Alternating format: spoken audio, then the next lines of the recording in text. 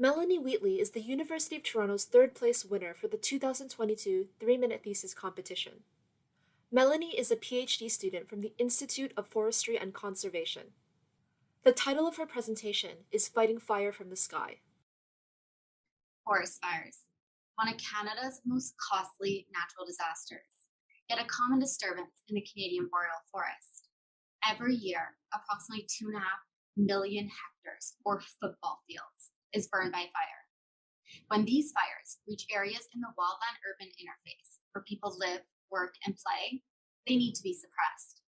Suppression is done in two ways: ground suppression, using power pumps and hose, or aerial suppression, using air tankers, which fight fire from the sky.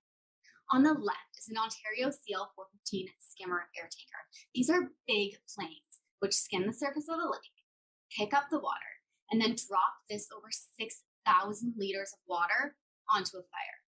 When a forest fire is so intense that the flames are over the trees and it's rapidly spreading, having air tankers on a fire can be the difference between catching the fire before it reaches a community or losing it.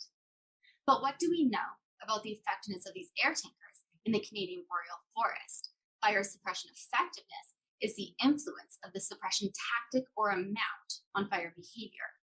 We have not thoroughly studied this in Canada, and fire management agencies currently base their decision-making on aerial suppression studies conducted in the Australian eucalypt forest dating back to the 1960s.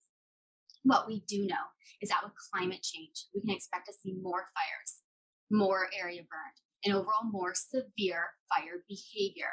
The time to most effectively use our suppression resources is now. My research focuses on evaluating the effectiveness of these air tankers in the Canadian boreal. I am doing this through two different avenues. The first is using air tanker emission data collected by fire management personnel, analyzing the number of drops and volume of water historically used to contain a fire. The second is using airborne remote sensing to examine the impact of actual air tanker drops on active fires here in Ontario. Taking this observational data and quantifying the relationship between essentially the water being applied and the decrease in energy of the fire.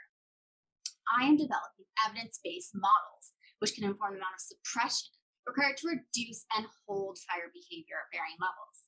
So if you have a fire with flames above the treetops, as in this top right picture, how many air tanker drops do you need to bring that fire down to a level where the flames are not manageable for ground crews on the bottom right? When does the fire start to spread again? At what point is no suppression effective? These are the questions I'm answering, and this knowledge will inform and enhance Canadian fire management as we navigate this alarming world. Thank you.